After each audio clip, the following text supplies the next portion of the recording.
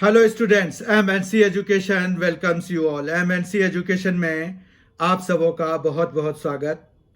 In today's class we are going to start a new chapter of class 11th, that is chapter 13 of class 11th,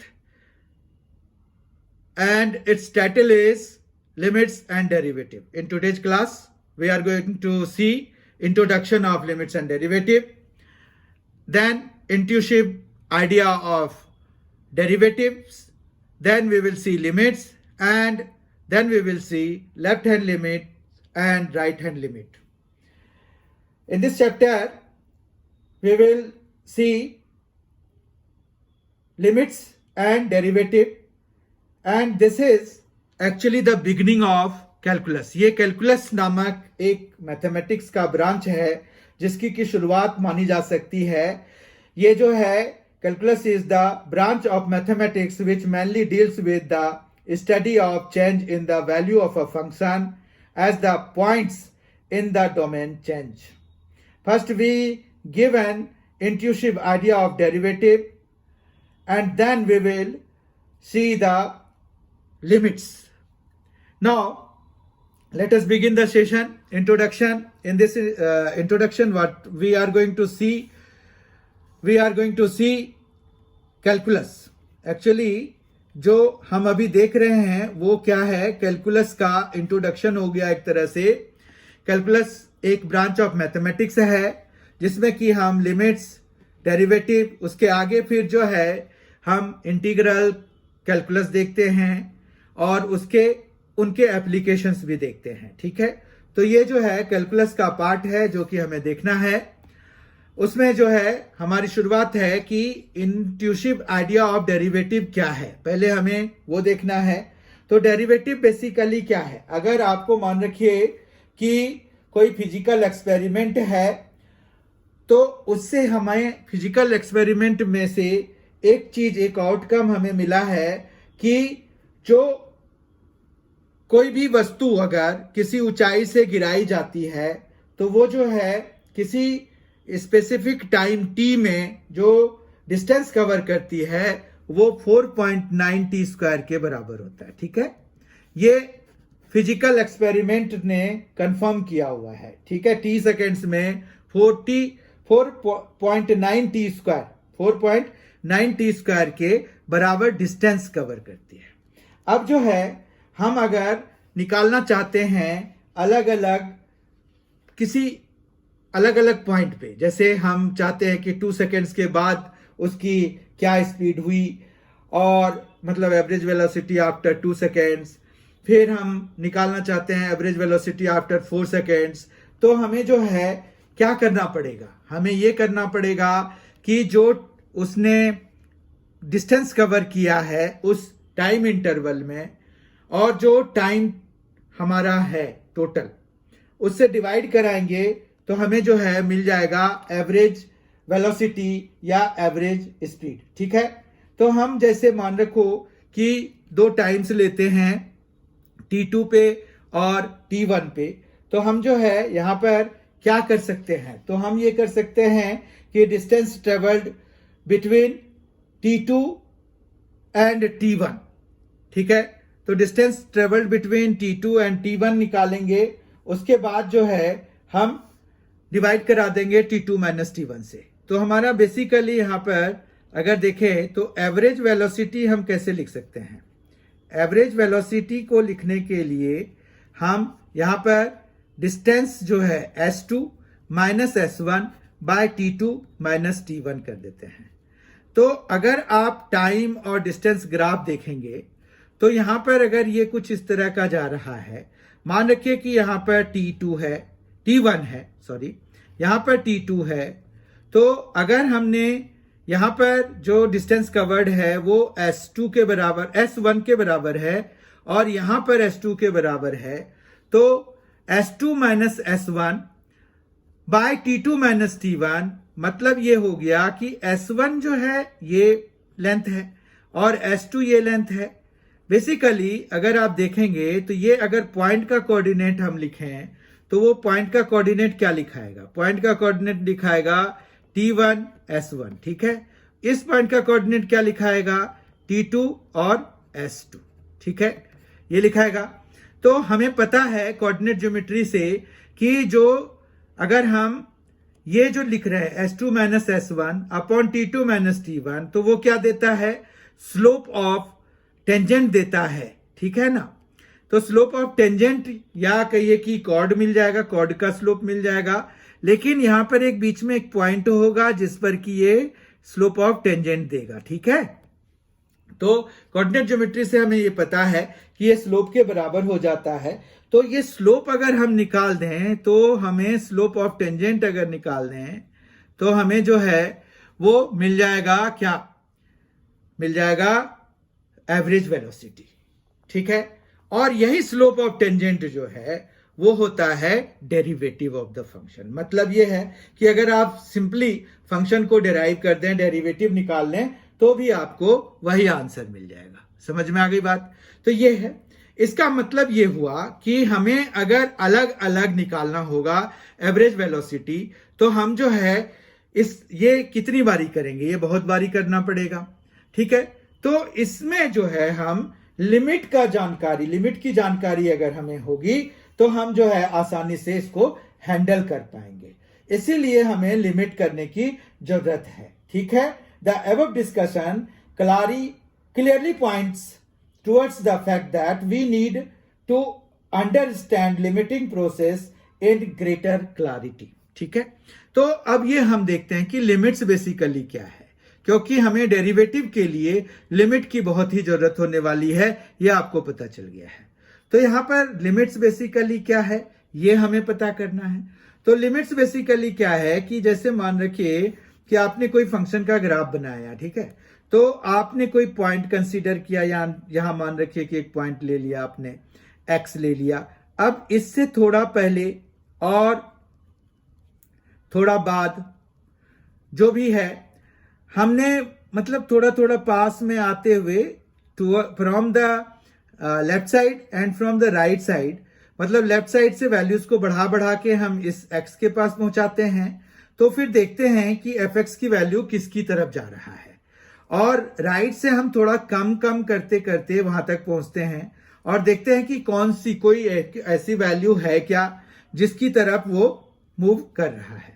तो वही हमारा limit हो जाता है। ये हम एल्जेब्रिकली अभी हम समझने का प्रयास करेंगे। उससे पहले हम देख लेते हैं कि LHL और RHL क्या होता है। LHL होता है लेफ्ट हैंड लिमिट और RHL होता है राइट हैंड लिमिट। ये जो हम निकालने का प्रयास कर रहे हैं यहां पर फिगर में, तो ये जो है हमारा LHL है और ये जो हम निकालने का प्रयास कर रहे हैं वो है RHL, ठीक है। जबकि हमारे पास जो पॉइंट है वो हमारा है x, ठीक है।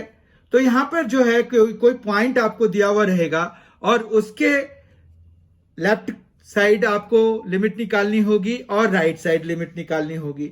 तो हम जो है लिखते कैसे हैं, तो यहां पर LHL जब लिखेंगे तो वो लिखते हैं लिमिट x टेंस टू, जो भी मान रखिए कि अगर ये x is equal to a एक पॉइंट ले लिया आपने, तो x टेंस टू लिखेंगे a और पावर में माइनस की तरह लिखेंगे और यहां पर हम fx लिखेंगे, ठीक है। नेक्स्ट स्टेप में इसको हम प्रोसेस करते हैं लिमिट h टेंस टू 0 करके, और यहां पर हम f a माइनस h से रिप्लेस करा देते हैं x को, ठीक है। ये हम एग्जाम्पल के थ्रू भी समझने का प्रयास करेंगे अभी, एज यूजुअल जैसे हम बाकी सब सारे सेशंस में हमने किया है कि एग्जाम्पल्स के बगैर हमारा कोई भी सेशन नहीं हुआ। तो उन एग्जाम्पल्स के थ्रू स्टूडेंट्स को काफी फायदा होता है, तो आप जरूर देखिए उनको। यहां पर भी limit x tends to a plus fx होगा और लिमिट फिर हम जब प्रोसेस करेंगे तो लिमिट h टेंस टू 0 और यहां पर f a प्लस h हो जाएगा, ठीक है। इतना समझ में आ गया आपको। तो ये जो है LHL और RHL है। आइए हमने जो सीखा है उसके बेसिस पर 2 क्वेश्चन सॉल्व करेंगे और इनसे हमारा ये आइडिया क्लियर हो जाएगा। उसके बाद हम जो है एक लिमिट्स के लिए कि किस तरह के फंक्शन की लिमिट हम किस तरह से निकालते हैं, वो सारे वीडियोस सब्सिक्वेंट वीडियोस में हम डिस्कस करेंगे, सब्सिक्वेंट सेशंस में हम कवर करेंगे। क्वेश्चन नंबर 1 है evaluate the left hand and right hand limits of the function defined by fx is equal to 1 plus x square if 0 less than equal to x less than equal to 1 2 minus x if x is greater than 1 at x is equal to 1. Also state what you conclude about the existence of limit on the basis of the result you obtain. यहां पर आपको बताना है कि पहले तो left hand and right hand limit निकालने हैं, उसके बाद आपको बताना है कंक्लूजन कि आप जो लिमिट एग्जिस्ट कर रहा है कि नहीं कर रहा है वो आपको रिजल्ट के बेसिस पर कंक्लूड करके बताना है। ठीक है, तो आइए हम 1 बाय 1 चीजों को करते हैं। At x is equal to 1 कहा है तो हमारा LHL क्या हो जाएगा, limit x tends to 1 minus हो जाएगा। यहां पर फंक्शन होता है तो अब देखिए यहां पर जो 1 माइनस है तो LHL के लिए हम फंक्शन का वो पार्ट लेंगे जो कि हमें 1 से कम के लिए दिया गया है। अब देखिए ये तो x ग्रेटर देन 1 यानी कि ये तो डेफिनेटली जब x की वैल्यू 1 से बड़ी होगी तब हमें लेना है, यानी कि हमें ये 0 से 1 वाली वैल्यू यानी कि 1 प्लस एक्स स्क्वायर लेना है अभी के लिए। तो 1 प्लस एक्स स्क्वायर ले लिया हमने। फिर जो है हम यहां पर लिमिट x टेंस टू 0 कराएंगे और ये जो है 1 प्लस यहां पर क्या आ जाएगा, मैंने बताया था आपको कि x को हम किससे रिप्लेस कराते हैं 1 माइनस एच से, तो 1 माइनस एच का होल स्क्वायर हो जाएगा। और इस तरह से हमारे पास जो है अब h की वैल्यू यहां 0 अगर लगा दें तो ये आ जाएगा 1 प्लस 1 क्योंकि 1 स्क्वायर हो जाएगा और ये 2 बन गया। ठीक है बात। उसके बाद हम RHL निकालते हैं। RHL भी निकालने के लिए हम यहां पर limit x tends to 1 plus लिखेंगे और फिर फंक्शन हम लेंगे 2 माइनस एक्स। क्यों लेंगे ये आपको एक्सप्लेन कर दिया गया है। यहां पर फिर लिमिट h टेंस टू 0 रखेंगे और यहां पर 2 माइनस ये क्या हो जाएगा 1 प्लस एच से रिप्लेस हो जाएगा और यहां पर कर्ली ब्रैकेट डाल देंगे। ठीक है, कोई प्रॉब्लम नहीं है। फिर जो है ये हो जाएगा 2 माइनस ये 1 हो जाएगा क्योंकि h जब 0 डालेंगे तो 1 प्लस 0 तो 1 हो गया, 2 माइनस 1 1 हो गया, इस तरह से ये 1 आ गया। ठीक है बात। तो यहां पर जो है आप देख सकते हैं LHL हमारा 2 आया है, RHL हमारा 1 आया है। तो since LHL is not equal to RHL तो हमारे पास यहां पर कंक्लूजन क्या होगा कि therefore limit x tends to 1 fx does not exist. ठीक है, आपको यही लिखना है, यही आपका कंक्लूजन है। राइट। क्वेश्चन नंबर 2 देखते हैं। यह है let fx is equal to cos x if x greater than equal to 0, x plus k if x is less than 0. Find the value of constant k given that limit x tends to 0 fx exists. यहां पर limit exist करता हुआ बता दिया गया है, आपको इसके लिए फिर k की वैल्यू निकालनी है। बहुत ही इजी क्वेश्चन है। इसमें जैसे पिछले क्वेश्चन में हमने LHL RHL निकाला, यहां पर भी हम वही करेंगे। LHL निकालेंगे, किस पर निकालेंगे 0 पे निकालेंगे। तो limit x tends to 0 minus और 0 माइनस मतलब 0 से कम के लिए, ये लेस देन 0 के लिए है ना, तो ये आ जाएगा x प्लस के। और फिर हम क्या करते हैं लिमिट x टेंस टू 0 लिखते हैं, x को किससे रिप्लेस कराते हैं लिमिट माइनस h से कराते हैं और ये k हो गया। h को जब आप 0 डालेंगे तो इसका आंसर आ जाएगा k। ठीक है, यहां तक कोई प्रॉब्लम नहीं है।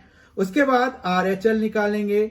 RHL हमारे पास होगा limit x tends to 0 plus और 0 प्लस के लिए हम कौन सा लेंगे cos x लेंगे, cos x ले लिया। उसके बाद हम लिमिट h टेंस टू 0 और फिर cos x के लिए ये cos 0 प्लस h, तो ये आ गया cos 0 limit h tends to 0, यहां पर cos h आ गया। अब cos h तो सीधी वैल्यू अगर हम निकालेंगे तो cos 0 हो जाएगा, cos 0 होता है 1।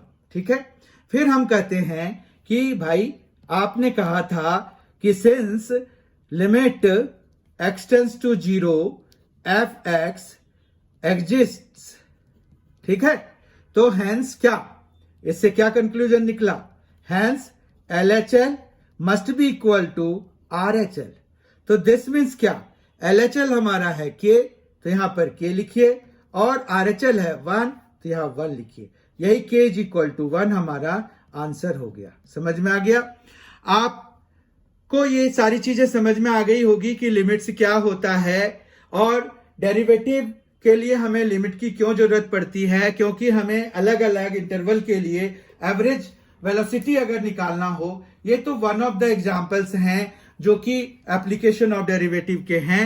एप्लीकेशन ऑफ डेरिवेटिव बहुत ही वास्ट ब्रांच है, इसके बहुत सारे यूसेज हैं, तो वो सारे यूसेज हम एओडी में देखेंगे, वो 12th क्लास में है। तो आप जब 12th क्लास में आएंगे तो आप उसके वीडियोस देखेंगे। अभी तो हमें जो है बेसिक्स ऑफ कैलकुलस यानी कि लिमिट्स ऑफ डेरिवेटिव, ये जो है उसका इंट्रोडक्शन है। एक्चुअली ये इंट्रोडक्टरी क्लास है एक तरह से कहिए कि जिसमें कि हमें कैलकुलस को इंट्रोड्यूस किया जा रहा है। बाकी कैलकुलस का मेन जो पार्ट आएगा वो आपको अगली क्लास यानी कि 12th क्लास में आएगा। तो अभी तो फिलहाल ये है कि हमने लिमिट्स एंड डेरिवेटिव आज शुरू किया। आई होप कि आपको ये सारे कंसेप्ट समझ में आ गए होंगे, और अगली क्लास में हम अलग अलग फंक्शंस को लेकर उसकी लिमिट्स किस तरह से निकालते हैं वो डिस्कस करेंगे। I request you please be there, and आज की क्लास में रहने के लिए thank you so much for being with us. Don't forget to subscribe MNC education channel for this kind of videos which will be very helpful for your preparation of examination, your examination of school, for UT, unit test, for terminal tests and annual examinations. These videos will be very much helpful. Please subscribe and please visit our playlist for class 11th mathematics, and there you will get so many videos. Actually there you will get videos of each section of NCERT class mathematics book. वहां पर आपको हर एक section जो NCERT book mathematics के हर एक section के एक एक वीडियो सिंगल वीडियोस मिलेंगे विद सॉल्व्ड एग्जाम्पल। तो अगर आप उनको देखेंगे तो I feel it will definitely benefit you, it will definitely be helpful to you। तो आप उनको देखिए, ये काफी ही मददगार साबित होने वाले हैं। Thank you, thanks a lot.